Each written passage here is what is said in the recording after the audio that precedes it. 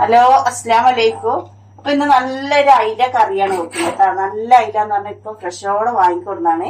അപ്പൊ ചട്ടി വെച്ച് ചട്ടി ചൂടാകുമ്പോ നമുക്ക് വെളിച്ചെണ്ണ ഒഴിച്ചു കൊടുക്കണം കേട്ടോ.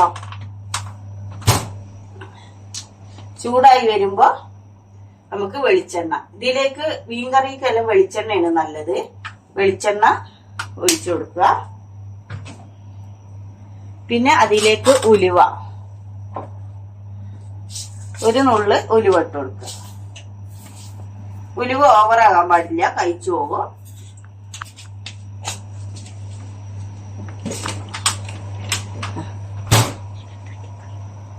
കൂട്ടിയിട്ടുണ്ട്. അതിലേക്ക് ഇഞ്ചി വെളുത്തുള്ളി ചതച്ചത് കേട്ടോ.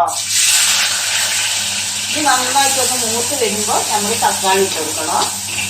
നന്നായിട്ടൊന്ന് മൂക്കണം ഈ ഇഞ്ചും വെളുത്തുള്ളി.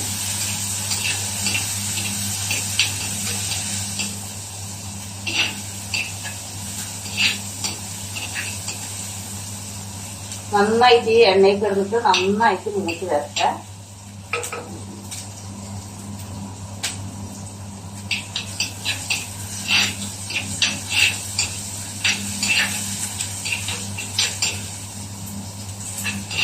ഇതിപ്പോ മൂത്ത് വന്നിട്ടുണ്ട്. ഇനി നമ്മള് ഇതിലേക്ക് തക്കാളി, ഒരു 3 പച്ചമുളക്, കരിവേപ്പിൻ്റെ ഇല, അത് 3 ഇട്ട് കൊടുക്കുന്നുണ്ട്.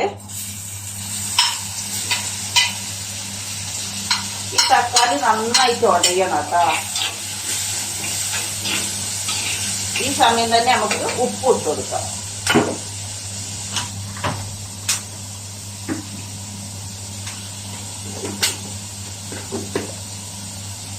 ഈ സമയം നമുക്ക് ഉപ്പ് ഇട്ട് കൊടുക്കാം. ആവശ്യത്തിന് ഉപ്പ്.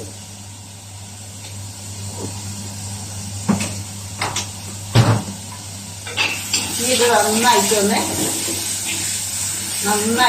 ഉടയണം ഈ തക്കാളി. നമുക്കൊന്ന് മൂടി വെക്കാം കേട്ടോ.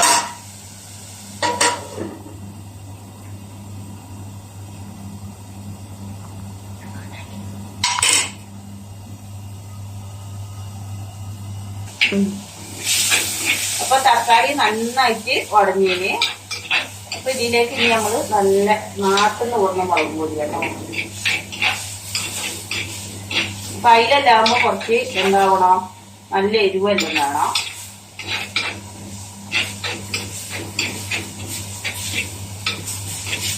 ഇങ്ങനെ നന്നായിട്ട് ഉടയണം കേട്ടോ. തക്കാളി ഇതിന് നന്നായിട്ട് ഉടഞ്ഞ് ചേരണം.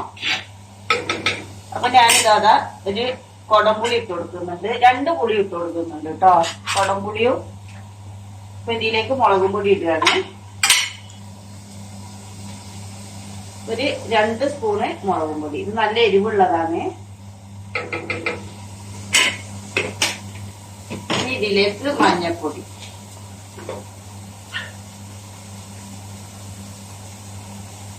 മഞ്ഞൾപ്പൊടി കളർന്നു.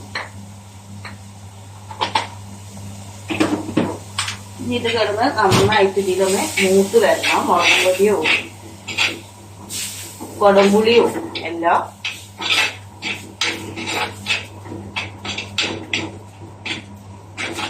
നന്നായിട്ട് ഈ മസാല മൂത്ത് വരണം.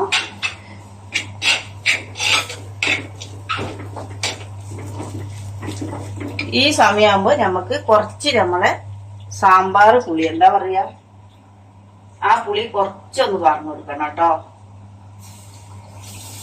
ഇത്ര മതി. അപ്പൊ നിങ്ങൾ വിചാരിക്കും പുളി കൂടുമൊന്നുമില്ല കേട്ടോ.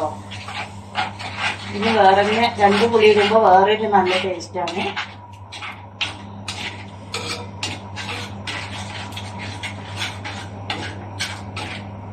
അപ്പൊ നമ്മൾ തളച്ചിട്ട് മാത്രം ചൂടുവെള്ളം ഒഴിച്ചു കൊടുക്കുള്ളൂ.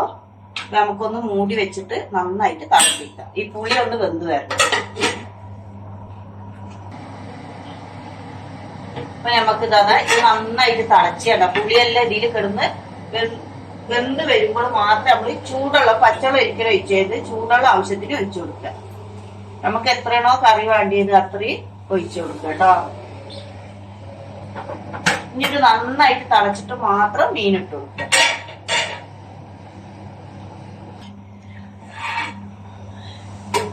അപ്പൊ നന്നായിട്ട് തിളച്ചിട്ടുണ്ട്. ഇതേപോലെ തിളക്കണം കേട്ടോ. കണ്ട അയില നല്ല അയിലയാണ്. ഇതാ നല്ല അയിലയാണ്. ഇതെന്റെ ഇവിടെ റൂമിൽ എന്റെ കൂടെ ഉള്ളോളൂ പണി കഴിഞ്ഞ് വരുമ്പോ വാങ്ങിയതാ. അപ്പൊ നമ്മൾ ഇത് ഓരോന്ന് ഇട്ട് കൊടുക്കുന്നു.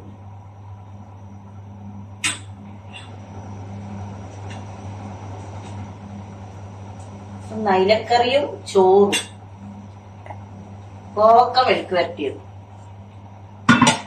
ഈ ഇപ്പൊ നമ്മളൊന്ന് ഇളക്കി കൊടുക്കും. പിന്നെ ഇളക്കാൻ പാടില്ല കേട്ടോ. പിന്നെ ചട്ടി ചുറ്റിച്ചു കൊടുക്കാനേ പാടുള്ളൂ. ഇനി നമ്മള് ഇതൊന്നും എന്താക്കുക, ചെറുങ്ങനായിട്ട് തളച്ചതിന് ശേഷം ചെറിയ തീയിലിട്ട് വേവിച്ചെടുക്കുക. അപ്പൊ വെന്തതിന് ശേഷം കാണിച്ചു തരാം. അപ്പൊ അതാ നമ്മളെ കറി ഇവിടെ നന്നായിട്ട് തിളച്ച് അടിപൊളിയായിന് കേട്ടോ. അപ്പൊ ഇതുപോലെ ഒന്ന് ഉണ്ടാക്കി നോക്കണേ. ഇത് 2 പുളി വെച്ചിട്ട്, വാളംപുളിയും കൊടംപുളിയും ഇട്ടിട്ട് നിങ്ങളൊന്ന് അയില കറി വെച്ചോ. അയില എന്നല്ല, ഏത് മീനില് 2 പുളി ഇട്ട് കറി വെച്ചാൽ നല്ല ടേസ്റ്റാണ്. അതേപോലെ നമ്മളെ കോവക്ക മെഴുക്ക് വരട്ടി ഇവിടെ റെഡി ആയിക്കൊണ്ടിരിക്കുകയാണ്. ഇപ്പൊ ഇട്ടിട്ടുള്ളൂ കേട്ടോ. ഒരു തുള്ളി വെള്ളം ഒഴിക്കരുത്. ഇത് ഈ എണ്ണയിൽ കിടന്നിട്ട് തന്നെ നന്നായിട്ട് വാടി വരണം കേട്ടോ. മൂടി വെച്ചിട്ട് ചെറിയ തീയിലിട്ടിട്ട് വേവിച്ചെടുക്കുക.